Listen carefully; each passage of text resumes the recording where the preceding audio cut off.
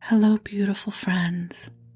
I am Laurel Bleadon-Maffei with Illuminating Souls, welcoming you to this episode of Sleepy Bedtime Blessings, a podcast designed to help you rest, relax, and fall asleep, all while deepening in your connection with your beautiful team of angels who love you so.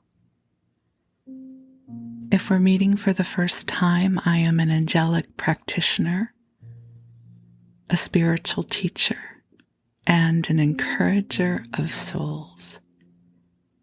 And I do this through one-on-one angel sessions, which are beautiful. If you're ever guided to book one, it would be my blessing to facilitate a session for you. They are 60 minutes in length and take place over the phone. I call in the light, I call in the angels, and then we come into heart-centered conversation and I channel messages for you, and the intention is to help you connect with your divine guidance.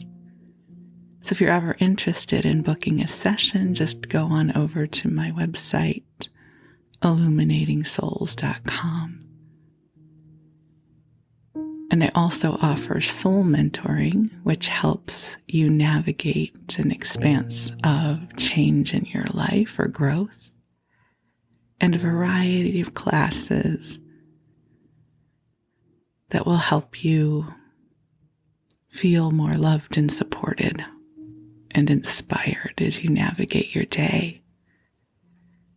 So lots of ways we can connect outside of this podcast, but for now, it is your time. It is your time to rest. And that is our intention as we gather together here in this episode. So I invite you to take a nice deep breath in and out and get comfortable in your body. Just let yourself get all cozy and snuggle on in as the angels and I bring waves of love to you. So as I was preparing for this episode, a pearl of wisdom from one of my teachers came to me, and it's one that I have referenced many, many times over the years. She says that it's one thing to learn a spiritual principle. It can take a lifetime or lifetimes to learn to embody it. And I think there is such power in that wisdom. You know, we are so used to wanting things to happen right away. Part of the reason I was contemplating this was, if you happen to listen to the last episode, episode 60, I share with you a bit about how I opened to the angels. And, you know, on my path of self-growth and opening to my spiritual gifts, there are some big, bold moments, you know, moments when I know that something changed. And I sometimes share these with you. But so much of my development and healing was more subtle. And I shared in the last episode that it lives in me almost like an impressionist painting. And I have to tease apart the threads to remember how everything happened. And my connection with the angels is a bit like that. I didn't have this one glorious moment of realizing, oh, the angels are here. It's like they started dwelling with me for quite some time before I recognized that this would be my path. And there isn't one single story I can share with you about that. There's many, many smaller ones, and many more that I do not even recall. But much like an impressionist painting, at one point I look at my life and there they are. And I think that's why my teacher's pearl of wisdom has resonated with me so much over the years.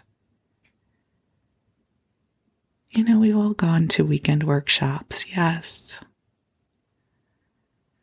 Or taken a class and we think, oh, this is going to be it. This is going to change my life. I'm going to learn how to fill in the blank once and for all. And that's not to say that those things never happen. I've had it happen before. But more often than not, our evolution is subtle. We might learn a spiritual principle, or we might be invited to shift how we hold something in consciousness. And just because our intellect understands it, it does not mean that the full beingness of all that we are has opened to embody it. I bring this up because I think for so many of us, we hold the bar really high in terms of how we think we should be in our experiences in the world. As a teacher, I will often share with you my very earthly moments. And I do this because I don't want anyone to ever perceive that I have reached this full embodiment of light. I am a human being in all the wondrous and challenging things that come with that. That yes, I have learned about the power of forgiveness. And yes, there are times that I find it hard to forgive. But I have learned about divine love. And there are times when it's not easy for me to access my own loving and service to an individual or a situation. I don't say this to boast about it. I just mean that I am here on the Earth School along with all of you. And I bring this up so that perhaps it will help you be more gentle with yourself in your own healing process. That you'll have more compassion for where you are on the paradigm of your journey. As my angels, as Josephus specifically said to me and others before, we hate to break it to you, but you did not embody to be an avatar in this lifetime. I think it's really important to remember this. None of us are meant to live on pedestals. We learn to take in these evolved, ascended perspectives, and then we do our best to learn to embody it, and it can take quite a long time. It's not about achieving perfection. It's about shifting how we hold our stories and our experiences and consciousness, and being a bit kinder and more understanding and empathic in the world and with self. For instance, if I were to ask you, how much empathy you have for yourself. Just go in for a moment. Do you find it easy to have compassion and empathy for yourself? Is it as easy for you to come into compassion for yourself as it is for others? One of the things that I find the angels help us with is to come into self-compassion. It's important that we are kind to ourselves. So take a deep breath in and release. There's an adage, perhaps you've heard of New Age guilt before. I did not coin the term. I don't know who did, but I love the term New Age guilt. And so here's where New Age guilt comes in. So a lot of what we learn on this journey is our innate, authentic beingness and our innate, authentic power, and that we have influence over so many aspects of our consciousness and our mind. So we learn things like your thoughts create your reality and law of attraction. And then how do we explain when we're in the doldrums and things aren't going well? We might connect the dots to make that infer that I'm doing something wrong. I am to blame. I am bad. And we feel badly if we're in the middle of a storm. And you see this all the time, evidence of this, where everybody else has our answer, whatever that is. I think of my friends who have chronic illnesses. And often when I see somebody post about a chronic illness on Facebook or social media, another platform, people are like, have you tried? Have you tried celery juice? Are you gluten-free? Have you eaten watermelon on Tuesdays? As if somebody who is experiencing an ongoing chronic illness has not tried everything already. And I think about my own journey with my weight, that I have spent 55 years looking for my answer. And gosh, you tune in to anything on social media and everybody has my answer. Like, have you tried? Did you give up? Are you still eating this? Have you done keto? Have you done the other thing? And let's just assume my answer to everything is yes. Yes, I have tried that. And this is where that New Age guilt comes in, right? Like, what am I doing wrong? And it's a fine line between that over which we have accountability and influence, and that which is still steeped in the mystery. That if you are in an experience of your life that is still steeped in mystery, if there is an experience that you are having that you have not been able to help shift the needle on, my darling friend, you are not doing anything wrong. It's life. Life is random and unexpected. And there are storms. And there are angels. And there is light.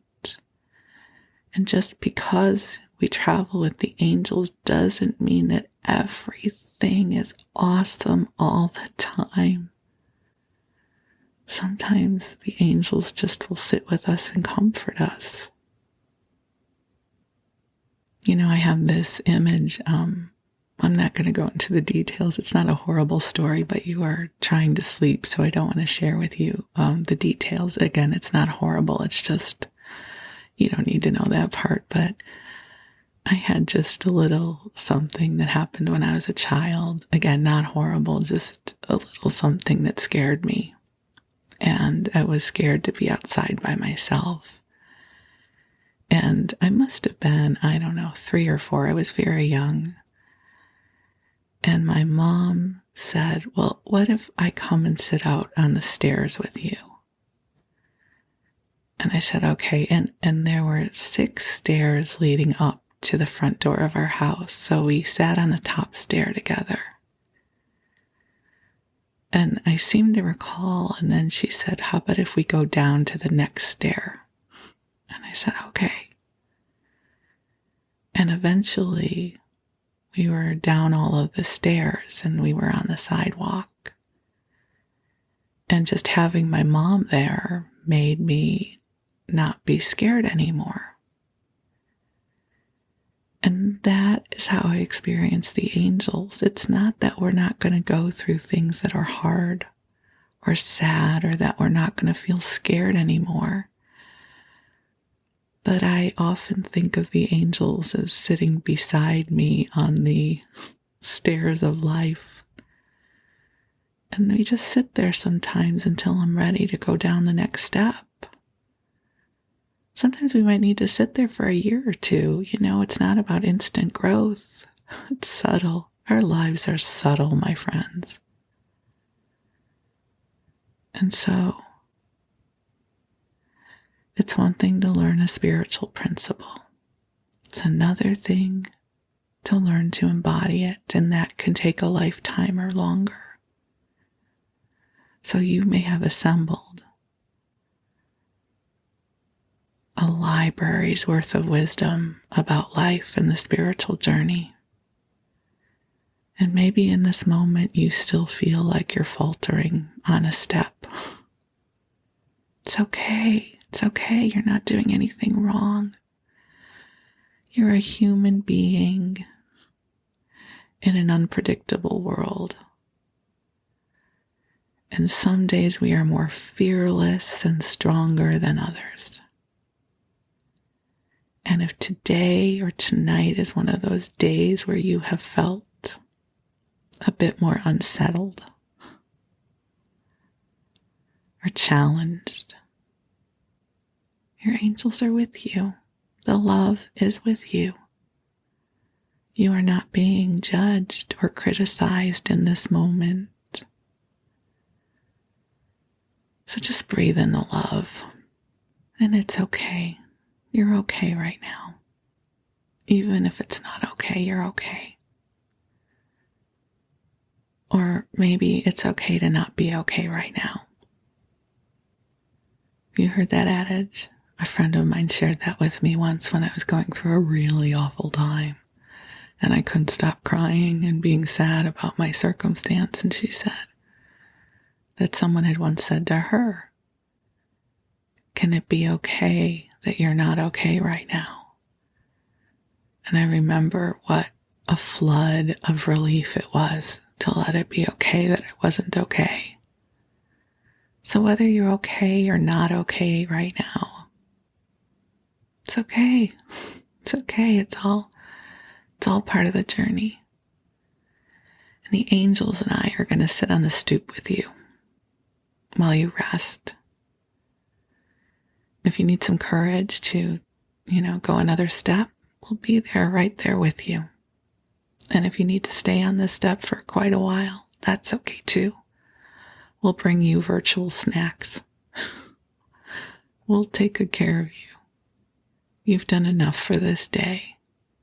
So be gentle with yourself, please, because you are precious in this world. And this world loves you. I don't know about everyone in this world, but I love you. Even if I don't know you yet, I love you. I love the idea of you. I love the promise of you. I love the way my heart feels when I imagine sitting on the step with you. And the angels love you. So take a deep breath in, and, I always love to intentionally call in the angels. I know you can feel that they're already here. Well, let's do that together now. So beautiful angels on high, I invite you to be here with us now, and I acknowledge that you have been here long before this recording started. Thank you for paving the way for each one of us on our path of light. Thank you for assisting us in opening to the wisdom and the resiliency of our own hearts. And angels, I ask that you clear away any sorrow that we no longer need to carry. That you clear away anything that does not belong to us, helping bring in the promise of brighter tomorrows, a lightness of spirit, to help activate within each one of us our divine resiliency, and to help each one of us drift off to a good expanse of sleep. May our dreams be sweet. May we be restored and replenished and nurtured as we rest. Angels, I ask that you watch over each of our beloveds here. That I know that you are aware of all that is transpiring for them right now, and that you are creating a cascade of love to help them navigate whatever is in front of them. So beautiful ones, just take a deep breath in and let the love pour over you. This love has been calibrated just for you. And it is here to help you heal and connect with authentic inspiration. It is here to help you remember who you are, that you are precious in this world. And we are so deeply grateful for the gift of you. So take another breath in and out and give yourself permission to drift off. And while you do, I'm going to read you a story. And this episode's going to run about an hour, so you've got plenty of time. Just listen. I'm going to try and read it to you in a way that is lulling and comforting. And if you find you're still awake at the end of the hour and want more company, there are 60 other episodes you can listen to. So just queue another one up and we will keep you company. But for now, here's our story. So tonight we are going to return to Part 6 of Little Women by Louisa May Alcott. You may already be familiar with this story. It's the story of 4 sisters, Meg and Jo and Beth and Amy. They call their mom Marmee. They also have a housekeeper named Hannah. And their friend next door, Theodore Lawrence, who they call Laurie. And at this part of the story, Amy, who's the youngest, and Amy is impetuous. And she is a temper, and she really dislikes being the youngest. She's ready to grow up, and she does not like that she is held back because of her age. And in this chapter, Amy does a really bad thing. And I'll tell you what it is. So, Laurie has invited the 2 older sisters, Jo and Meg, to go to a play with him. And Amy wants to go. She says that her mom has given permission for her to go, and she has her pocket money. And Joe does not want her to go. It will not be nearly as much fun if Amy goes with. Lori invited them, and it's rude for Amy to think that she can just tag along, and Amy cries and is very angry and sad, and, very temperamental, understandably so. And Joe's just like, too bad. She says, fiddlesticks, and she closes the door. Well, Amy wasn't having it. And Joe is a writer, and she keeps a journal, and she's been writing stories for a very long time. And what we're going to hear in this chapter, I'll just give you an advance preview so you don't have to stay awake too long. Amy does something really awful. Is retribution. She burns Joe's journal. Isn't that terrible? Like, oh my gosh, as somebody who keeps journals, someone burned one of my journals without permission, I would be devastated. And so, of course, devastation ensues. And Joe says horrible things to Amy, and Amy says horrible things to Joe, and as you can imagine.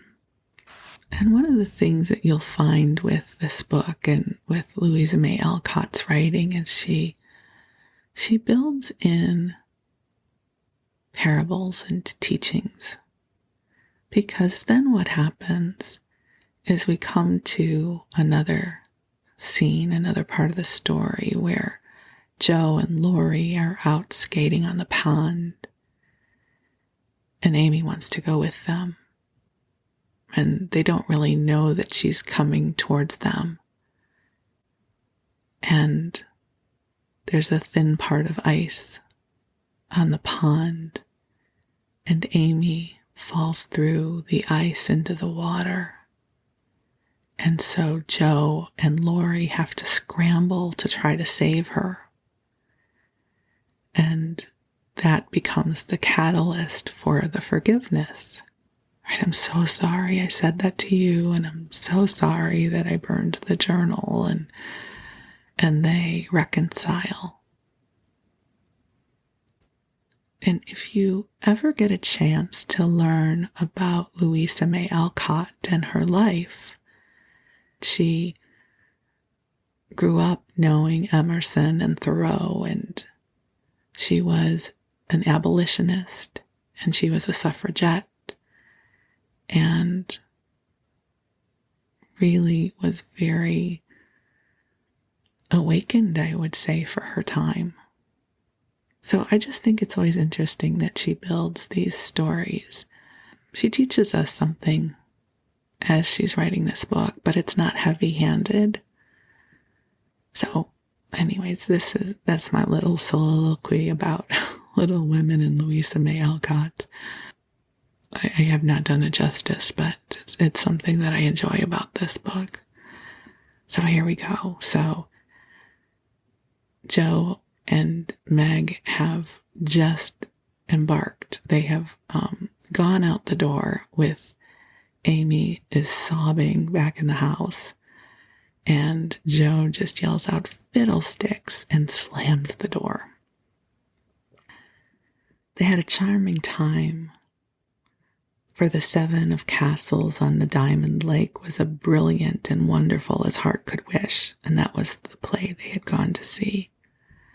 But in spite of the comical red imps, sparkling elves, and the gorgeous princes and princesses, Joe's pleasure had a drop of bitterness in it. The fairy queen's yellow curls reminded her of Amy, and between the acts she amused herself with wondering what her sister would do to make her sorry for it. She and Amy had had many lively skirmishes in the course of their lives, for both had quick tempers and were apt to be violent when fairly roused.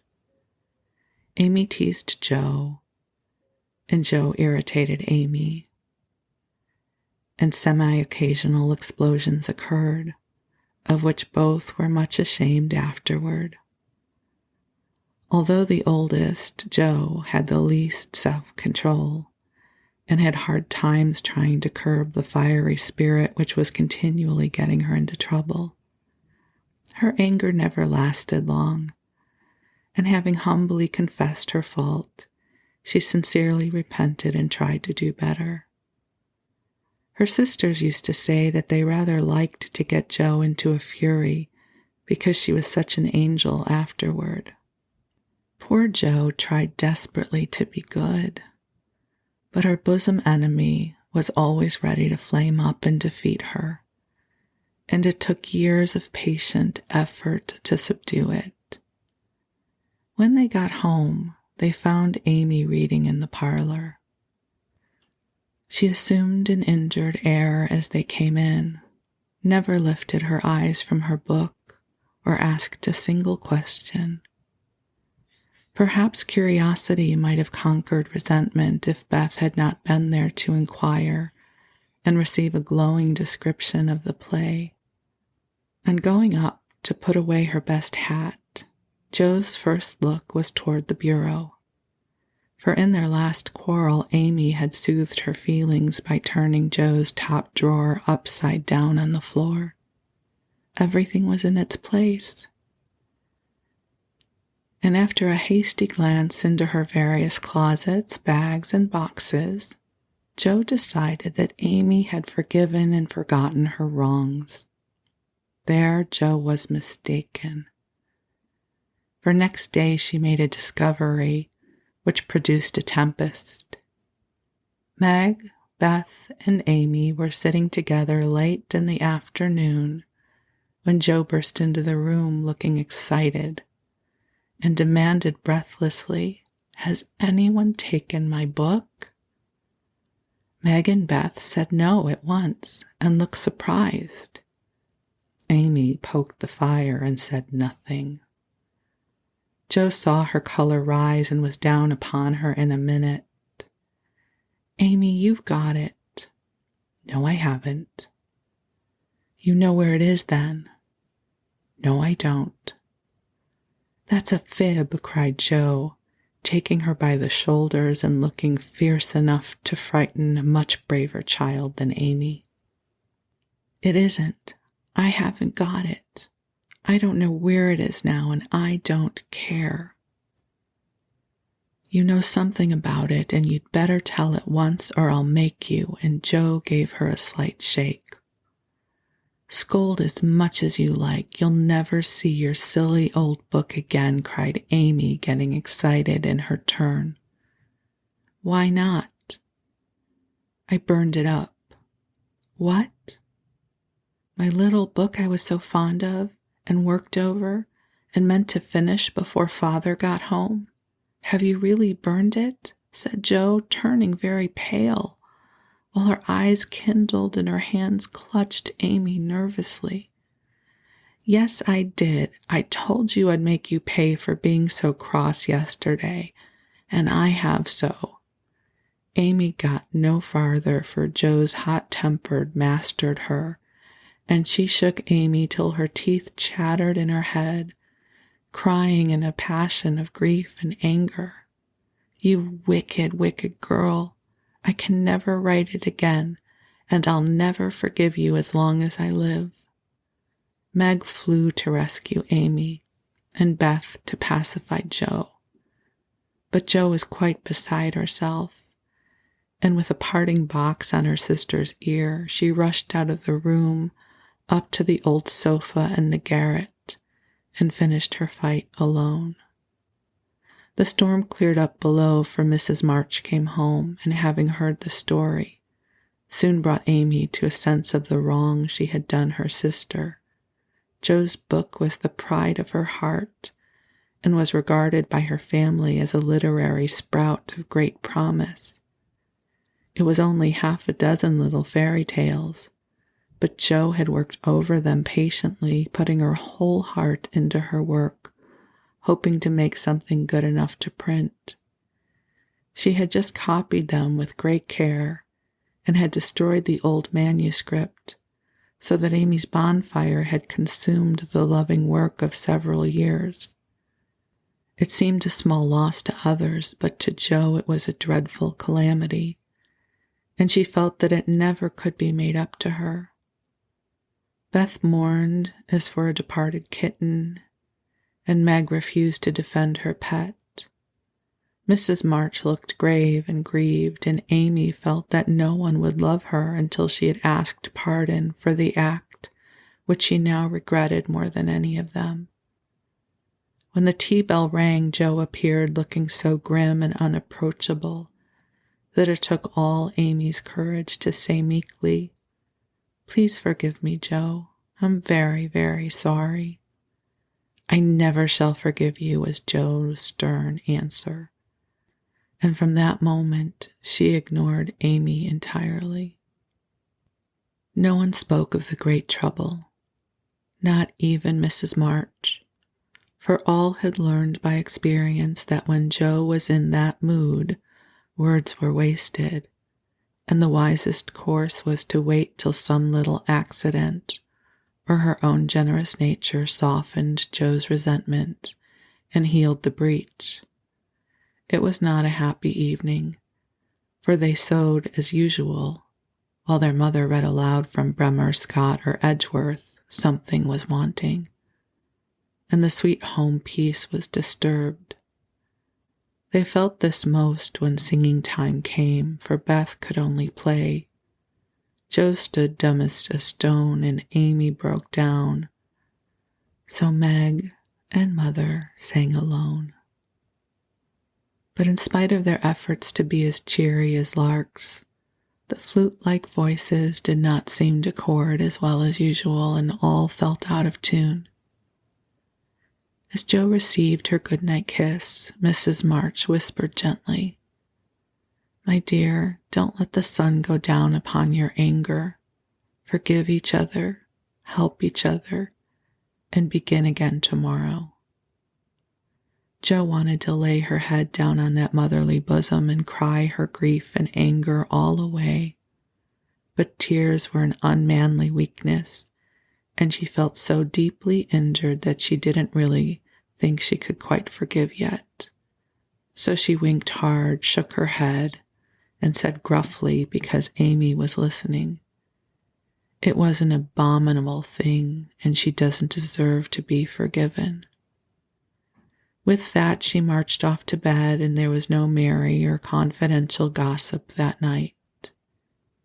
Amy was much offended that her overtures of peace had been repulsed, and began to wish she had not humbled herself, to feel more injured than ever, and to plume herself on her superior virtue in a way which was particularly exasperating.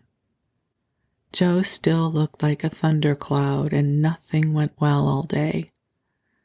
It was bitter cold in the morning. She dropped her precious turnover in the gutter.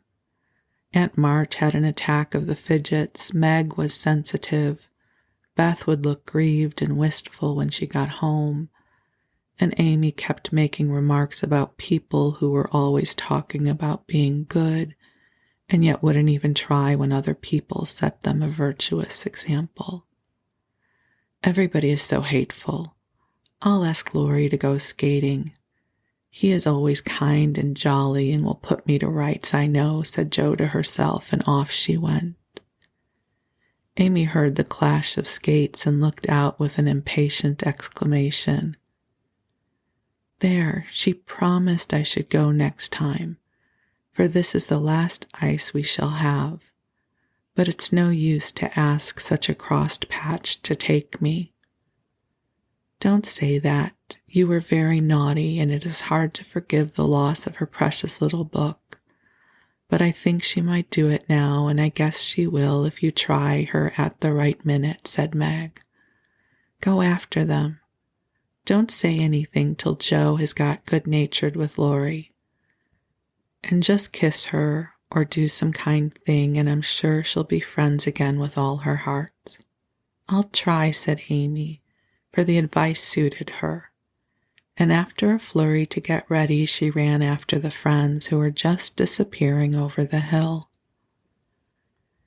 It was not far to the river, but both were ready before Amy reached them. Joe saw her coming and turned her back. Laurie did not see, for he was carefully skating along the shore, sounding the ice, for a warm spell had preceded the cold snap. "I'll go on the first bend and see if it's all right before we begin to race," Amy heard him say as he shot away, looking like a young Russian in his fur-trimmed coat and cap.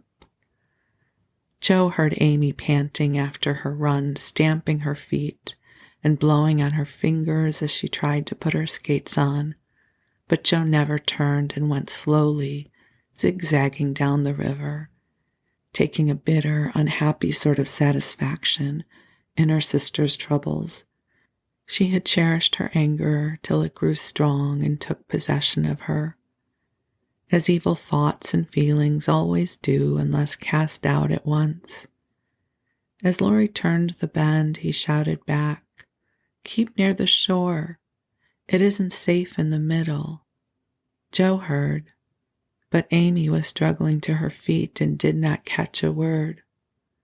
Joe glanced over her shoulder, and the little demon she was harboring said in her ear, "No matter whether she heard or not, let her take care of herself." Laurie had vanished round the bend. Joe was just at the turn and Amy far behind, striking out toward the smoother ice in the middle of the river. For a minute, Joe stood still with a strange feeling in her heart. Then she resolved to go on, but something held and turned her round, just in time to see Amy throw up her hands and go down with a sudden crash of rotten ice, the splash of water, and a cry that made Joe's heart stand still with fear. She tried to call Laurie, but her voice was gone. She tried to rush forward, but her feet seemed to have no strength in them, and for a second she could only stand motionless, staring with a terror-stricken face at the little blue hood above the black water. Something rushed swiftly by her, and Laurie's voice cried out, "Bring a rail, quick, quick." How she did it, she never knew, but for the next few moments she worked as if possessed, blindly obeying Laurie, who was quite self-possessed, and lying flat, held Amy up by his arm and hockey stick till Joe dragged a rail from the fence, and together they got the child out, more frightened than hurt. "Now then, we must walk her home as fast as we can. Pile our things on her while I get off these confounded skates," cried Laurie, wrapping his coat round Amy and tugging away at the straps which never seemed so intricate before. Shivering, dripping, and crying, they got Amy home, and after an exciting time of it, she fell asleep, rolled in blankets before a hot fire. During the bustle, Joe had scarcely spoken, but flown about, looking pale and wild, with her things half off, her dress torn, and her hands cut and bruised by ice and rails and refractory buckles. When Amy was comfortably asleep, the house quiet, and Mrs. March sitting by the bed, she called Joe to her and began to bind up the hurt hands. "Are you sure she's safe?" whispered Joe, looking remorsefully at the golden head, which might have been swept away from her sight forever under the treacherous ice. "Quite safe, dear. She's not hurt, and won't even take cold. I think you were so sensible in covering and getting her home quickly," replied her mother cheerfully. "Laurie did it all. I only let her go. Mother, if she should die, it would be my fault." And Joe dropped down beside the bed in a passion of penitent tears, telling all that had happened, bitterly condemning her hardness of heart, and sobbing out her gratitude for being spared the heavy punishment which might have come upon her. "It's my dreadful temper. I try to cure it. I think I have, and then it breaks out worse than ever. Oh, Mother, what shall I do? What shall I do?" cried poor Joe in despair. Watch and pray, dear. Never get tired of trying, and never think it's impossible to conquer your faults, said Mrs. March, drawing the blowsy head to her shoulder and kissing the wet cheek so tenderly that Joe cried even harder. You don't know. You can't guess how bad it is. It seems as if I could do anything when I'm in a passion. I get so savage I could hurt anyone and enjoy it. I'm afraid I shall do something dreadful someday and spoil my life and make everybody hate me. Oh, Mother, help me, do help me. I will, my child, I will. Don't cry so bitterly, but remember this day and resolve with all your soul that you will never know another like it. Joe, dear, we all have our temptations, some far greater than yours, and it often takes all our lives to conquer them. You think your temper is the worst in the world, but mine used to be just like it. Yours, Mother? Why, you're never angry. And for the moment, Joe forgot remorse and surprise. I've been trying to cure it for 40 years, and I have only succeeded in controlling it. I am angry nearly every day of my life, Joe, but I have learned not to show it, and I still hope to learn not to feel it, though it may take me another 40 years to do so. The patience and the humility of the face she loved so well was a better lesson to Joe than the wisest lecture, the sharpest reproof. She felt comforted at once by the sympathy and confidence given her. The knowledge that her mother had a fault like hers and tried to mend it made her own easier to bear, and strengthened her resolution to cure it, though 40 years seemed rather a long time to watch and pray to a girl of 15. Mother, are you angry when you fold your lips tight together and go out of the room sometimes, when Aunt March scolds or people worry you? Asked Joe, feeling nearer and dearer to her mother than ever before. Yes. I've learned to check the hasty words that rise to my lips, and when I feel that they mean to break out against my will, I just go away for a minute and give myself a little shake for being so weak and wicked, answered Mrs. March, with a sigh and a smile, as she smoothed and fastened up Joe's disheveled hair. How did you learn to keep still? That's what troubles me. For the sharp words fly out before I know what I'm about, and the more I say, the worse I get, till it's a pleasure to hurt people's feelings and say dreadful things. Tell me, how do you do it, Marmee dear? My good mother used to help me. As you do us, interrupted Joe with a grateful kiss. But I lost her when I was a little older than you are, and for 4 years had to struggle on alone, for I was too proud to confess my weakness to anyone else. I had a hard time, Joe, and shed a good many bitter tears over my failures, for in spite of my efforts, I never seemed to get on. Then your father came, and I was so happy that I found it easy to be good. But by and by, when I had 4 little daughters round me and we were poor, then the old trouble began again, for I am not patient by nature, and it tried me very much to see my children wanting anything. Poor mother, what helped you then? Your father, Joe. He never loses patience, never doubts or complains, but always hopes and works, and waits so cheerfully that one is ashamed to do otherwise before him. He helped and comforted me, and showed me that I must try to practice all the virtues I would have my little girls possess, for I was their example. It was easier to try for your sakes than for my own. A startled or surprised look from one of you when I spoke sharply rebuked me more than any words could have done, and the love, respect, and confidence of my children was the sweetest reward I could receive for my efforts to be the woman I would have them copy. Oh, Mother, if I'm ever half as good as you, I shall be satisfied, cried Joe, much touched. I hope you will be a great deal better, dear, but you must keep watch over your bosom enemy, as your father calls it, or it may sadden, if not spoil, your life. You have had a warning. Remember it and try with heart and soul to master this quick temper before it brings you greater sorrow and regret than you have known today. I will try, Mother. I truly will. But you must help me, remind me, and keep me from flying out.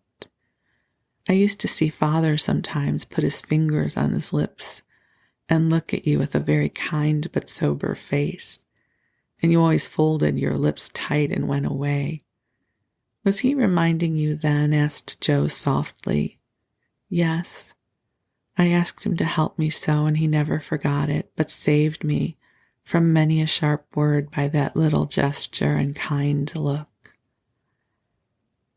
Joe saw that her mother's eyes filled and her lips trembled as she spoke, and fearing that she had said too much, she whispered anxiously, Was it wrong to watch you and to speak of it? I didn't mean to be rude, but it's so comfortable to say all I think to you and feel so safe and happy here. My Joe, you may say anything to your mother, for it is my greatest happiness and pride to feel that my girls confide in me and know how much I love them. I thought I'd grieved you. No, dear, but speaking of Father reminded me how much I miss him, how much I owe him, and how faithfully I should watch and work to keep his little daughters safe and good for him. Yet you told him to go, Mother, and didn't cry when he went, and never complain now or seem as if you needed any help, said Joe, wondering. I gave my best to the country I love, and kept my tears till he was gone. Why should I complain when we both have merely done our duty and will surely be the happier for it in the end? If I don't seem to need help, it is because I have a better friend even than Father to comfort and sustain me. My child, the troubles and temptations of your life are beginning and may be many, but you can overcome and outlive them all if you learn to feel the strength and tenderness of your heavenly Father as you do that of your earthly one. The more you love and trust him, the nearer you will feel to him, and the less you will depend on the human power and wisdom. His love and care never tire or change, can never be taken from you, but may become the source of lifelong peace, happiness, and strength. Believe this heartily and go to God with all your little cares and hopes and sins and sorrows as freely and confidingly as you might come to your mother. Joe's only answer was to hold her mother close, and in the silence which followed, the sincerest prayer she had ever prayed left her heart without words. For in that sad yet happy hour, she had learned not only the bitterness of remorse and despair, but the sweetness of self-denial and self-control, and led by her mother's hand, she had drawn nearer to the friend who always welcomes every child with a love stronger than that of any father, tenderer than that of any mother. Amy stirred and sighed in her sleep, and as if eager to begin at once to mend her fault, Joe looked up with an expression on her face which it had never worn before.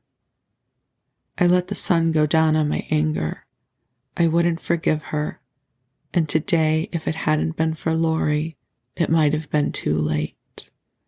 Oh, how could I be so wicked, said Joe half aloud as she leaned over her sister, softly stroking the wet hair scattered on the pillows. As if she heard, Amy opened her eyes and held out her arms, with a smile that went straight to Joe's heart. Neither said a word, but they hugged one another close in spite of the blankets, and everything was forgiven and forgotten in one hearty kiss.